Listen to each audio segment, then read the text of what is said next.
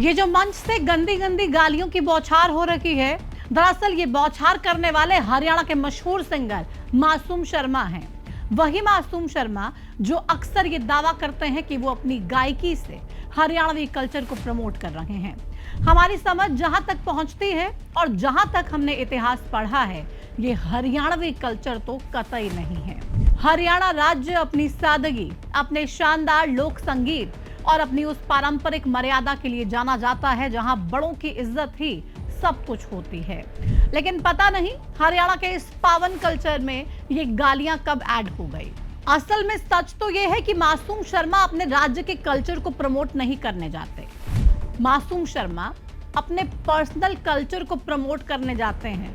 बदतमीजी का कल्चर, सरेआम गाली देने का कल्चर और शायद उनकी तथाकथित तरक्की के उस नशे का कल्चर जो आज उसके सर चढ़कर बोल रहा है। नमस्कार, आपके साथ में प्रतिमा दत्ता। आज की इस वीडियो में हम मासूम शर्मा से जुड़े इस नए विवाद को समझने की कोशिश करेंगे। हम जानेंगे कि आखिर क्यों मासूम शर्मा बार बार अपनी हद भूल रहे हैं। क्या मासूम शर्मा की एक सॉरी से अब सब कुछ ठीक हो जाएगा? इससे पहले भी किन विवादों में घिरे रहे मासूम शर्मा, क्या इस बार कानून उन्हें वो सबक सिखाएगा? मासूम शर्मा ये वो नाम है जो आजकल अपने गानों के लिए कम और विवादों के लिए ज्यादा जाना जाता है। ताजा मामला देहरादून के डीएवी कॉलेज का है। यहाँ एक प्रोग्राम के दौरान मासूम शर्मा ने मंच से मर्यादा को लांघ दिया। भरे मंच से गंदी गंदी गालियां दी गई। वीडियो में मासूम शर्मा सरेआम अभद्र भाषा का इस्तेमाल करते दिखे। ऐसी गालियां जो महिलाओं की भावनाओं को ठेस पहुंचाती हों, जो समाज में गलत संदेश देती हैं और जो हमारे यूथ को गलत शब्दावली अपनाने के लिए उकसाती हैं। मंच से क्या कुछ मासूम शर्मा ने कहा, सुनिए। कोई गुंडा मुझे मारने के लिए आया था। मैंने उससे कहा कि मैं देहरादून में प्रोग्राम कर रहा हूं, अगर तेरे में दम है तो यहां पर आ, हरियाणा छोड़कर यहां आ, टाइम रख ले। इसमें गालियां भी शामिल हैं जो हम इस मंच पर यूज नहीं कर सकते, लेकिन इसके बाद जो हुआ वो होना ही था। जब ये वीडियो वायरल हुआ तो लोगों ने इस पर कड़ा एतराज जताया। सबसे पहले छात्र संघ के एक सदस्य की शिकायत पर देहरादून के डालनवाला थाने में एफआईआर दर्ज की गई। पुलिस ने कड़ा रुख अपनाते हुए सिंगर को नोटिस जारी कर दिया और 15 दिन के भीतर जवाब देने के लिए कहा। बात यहीं खत्म नहीं हुई। हरियाणा महिला आयोग ने भी इस मामले पर कड़ा संज्ञान लिया। 18 अप्रैल को पंचकुला ऑफिस में मासूम शर्मा को पेश होने के लिए महिला आयोग ने समन कर दिया। वहीं भिवानी के एडवोकेट अशोक आर्य ने भी मासूम के खिलाफ शिकायत दर्ज कराई कि अश्लील शब्दों का प्रयोग करने वालों पर सख्त कार्रवाई हो और इस वीडियो को इंटरनेट से हटाया जाए। अब बात करते हैं मासूम शर्मा के पक्ष की। जब विवाद बढ़ा तो मासूम शर्मा ने सोशल मीडिया पर एक सफाई पेश की।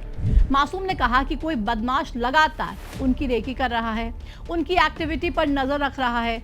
विदेश में बैठे उनके चचेरे भाई को धमकी दी जा रही है। मासूम का कहना है कि वो पूरी रात सो नहीं पाए थे, वो बहुत ज्यादा मेंटल स्ट्रेस में थे और इसी तनाव की वजह से मंच पर उनका गुस्सा निकल गया। उन्होंने ऑडियंस से माफी मांगी क्योंकि 2 दिन तक एक गैंगस्टर मेरे पीछे पड़ा हुआ था। वो हरियाणा से पीछा करते करते देहरादून आ लिया, तो वो मैं बहुत ही स्ट्रेस में था उस रात। और वो समर्थन देख के, वो भाईचारा देख के मेरा एकदम गुस्सा निकल गया। भाई उमेश ने भी मेरे को रोकने की कोशिश करी 1-2 बार, लेकिन उस टाइम मैं इतना गुस्से में था कि मैं नहीं रोक पाया अपने आप ने। तो उसके लिए किसी भी भाई ने, किसी भी बहन ने बुरा लगा है तो मैं फिर से एक बार माफ़ी चाहूँगा। और ऐसे ही जैसा प्यार आपने दिया है, जैसा सीयू में कल फेस्ट था, इतना प्यार लोगों ने दिया। आज टोहाना में एक कार्यक्रम था, इतना अपार प्यार जो मिल रहा है, ऐसा ही बनाए रखियो भाई। और कोई भी गलती सलती मेरे पे जितनी भी हुई है, मैं माफ़ी मांगूंगा। लेकिन मासूम जी, यहाँ पे एक बड़ा सवाल खड़ा होता है। क्या मानसिक तनाव का मतलब यह है कि आप एक सार्वजनिक मंच पर खड़े होकर हजारों युवाओं के सामने गंदी गंदी गालियां देंगे? अगर आपको किसी से जान का खतरा है तो आप प्रशासन के पास जाते, पुलिस की मदद लेते। मंच को अखाड़ा बनाना और वहां से गुंडागर्दी वाली भाषा बोलना कहां की समझदारी है? क्या आप एक प्रोफेशनल कलाकार हैं या फिर कोई गली के लड़के जो सरेआम चुनौती दे रहे हैं? अगर ये पहली बार होता तो शायद लोग इसे इंसानी चूक मान लेते, लेकिन मासूम शर्मा का तो ये पैटर्न अब बन चुका है। याद कीजिए इसी साल 18 फरवरी की वो घटना जब जींद में एक प्रोग्राम के दौरान मासूम ने मंच से कहा था कि मैं किसी सरपंच, एमएलए या मंत्री को कुछ नहीं मानता जब मैं परफॉर्म करता हूं। इसके बाद उनका एक और वीडियो वायरल हुआ जिसमें उन्होंने कहा कि 70 सरपंच हांडे हैं, यानी कि फिरते रहते हैं। उस समय पूरे हरियाणा के सरपंचों ने मासूम शर्मा के खिलाफ मोर्चा खोल दिया था। मासूम शर्मा हर बार कुछ ऐसा बोलते हैं जिससे वो विवादों में आए और चर्चा में बने रहें। सवाल ये है कि क्या ये वाकई में मासूम शर्मा का गुस्सा है या फिर एक सोची समझी पब्लिसिटी के लिए किया गया स्टंट। असल में हमें आज के इस डिजिटल युग के कड़वे सच को समझना होगा। आज का जो जेनजी यूथ है वो अक्सर गालियों, बदमाशों और गन कल्चर से खुद को जल्दी कनेक्ट करता है।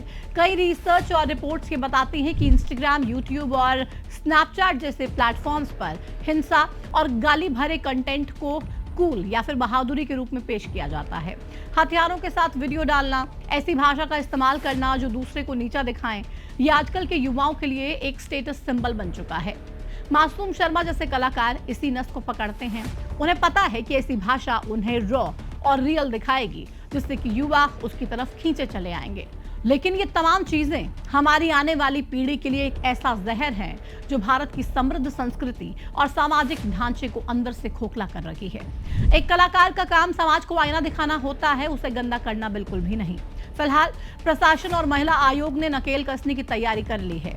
इस बार मामला केवल सॉरी बोलकर खत्म होने वाला नहीं लग रहा है। कानून का डंडा जब चलता है तब बड़े बड़े सूरमाओं का नशा उतर जाता है, लेकिन यहाँ जिम्मेदारी आयोजकों की भी है। आप किसे मंच दे रहे हैं?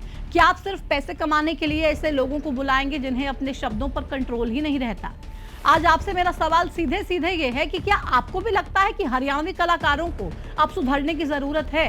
क्या बादशाह के बाद अब मासूम शर्मा को भी वो कड़ा सबक मिलना चाहिए ताकि भविष्य में कोई दूसरा कलाकार मंच की गरिमा को ठेस ना पहुंचाए? सरकार और पुलिस को इस पूरे मामले में कितनी सख्त कार्रवाई करनी चाहिए? अपनी राय कमेंट सेक्शन में हमें जरूर दीजिएगा। और बहुत सारे लोग ऐसे भी हैं जो आ जाएंगे और ये कहेंगे कि भाई मासूम ने ऐसी भाषा बोल दी तो आपको क्या दिक्कत है। उन तमाम लोगों से भी हम सीधे सीधे ये बात कहना चाहेंगे कि ये वीडियो घर जाकर अपनी माँ को दिखाइए, अपनी बहन को दिखाइए और उनसे पूछिए कि क्या आपके माता पिता भी कभी चाहेंगे कि उनके बच्चे खड़े होकर इस तरीके से मंच पर गालियां दें? और वो तमाम युवा जो इस कार्यक्रम में मौजूद थे, उनसे भी मैं ये कहना चाहूंगी कि कुछ ऐसा काम कीजिए कि आपके माता पिता को आप पर गर्व हो। आप इतनी गंदी गंदी गालियों पे खुश हो रहे हैं, तालियां बजा रहे हैं, तो शर्म आनी चाहिए आपको भी और ऐसे आप लोगों के आइडल्स को भी। फिलहाल इस वीडियो में इतना ही। नमस्कार।